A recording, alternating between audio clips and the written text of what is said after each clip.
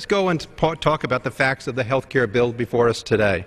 And interestingly enough on that, while we would like to talk about the facts on these issues, we know that your side, the Democrat side of the aisle, does not want to do so. And why do we know that? Because here's a memo that came out of talking points for the Democrat majority Thursday, March 18th, saying that to these very points, on what they should be saying, what they shouldn't be saying, we cannot emphasize enough. Do not allow yourselves to get into discussion of the details of the CBO scores.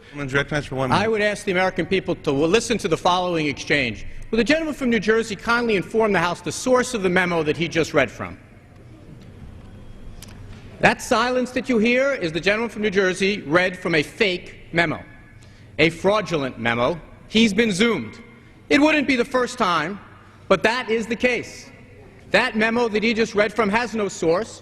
He will not return to the microphone and tell us what it was because he took something that was created by opponents of health care, and there are a lot of them, mostly paid for by the health insurance industry, and came to the rostrum with a fake document. Mr. Speaker, Gentleman will suspend. For what purpose does the gentleman a parliamentary inquiry. I don't yield for that purpose. I don't yield for that purpose. I'm not asking you to yield. That's not the House will be in order. Parliamentary inquiry, Mr. Speaker. The House will be in order. The gentleman from New York controls the time. And the fact of the matter is there's an enormous amount of money being socked in by the health insurance industry doing everything. They're creating ads. They're making contributions, but what they're also doing is producing fake memos that say, from the Democrats, with something crossed out on top.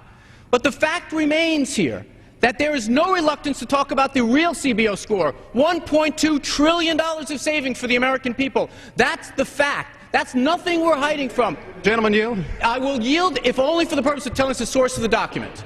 Will the gentleman not yield on the facts, then? I will. I've asked the gentleman a direct question. I'm responding with a direct answer. As much as the gentleman from New York. Will be in order. Sure. Ladies and gentlemen. Gentleman's time has expired. Can I have 30 additional seconds? I yield another 30 seconds. Ladies and gentlemen, what you saw just now is a microcosm for this debate.